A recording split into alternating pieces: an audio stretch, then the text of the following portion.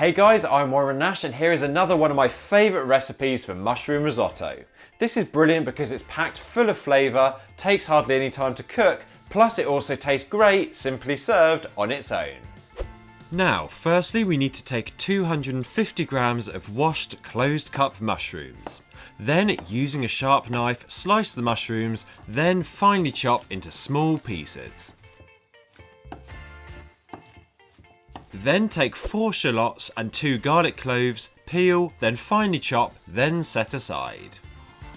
Next, take a sauté pan and place it over a medium heat on the stove.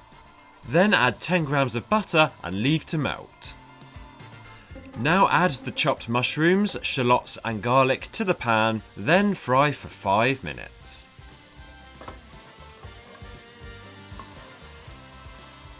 And then, after the frying time, add 200 grams of risotto rice plus 150 millilitres of white wine.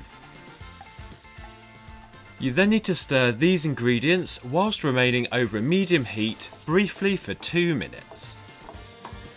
Then, to the pan, crumble in 1 vegetable stock cube, then season generously with some salt and pepper. Now pour in some boiling water until all the ingredients are just covered. Give everything in the pan a stir, then you'll need to leave your risotto to simmer over a low heat for 15 minutes. And be sure to keep the pan topped up with water whilst it's simmering to make sure the risotto doesn't dry out.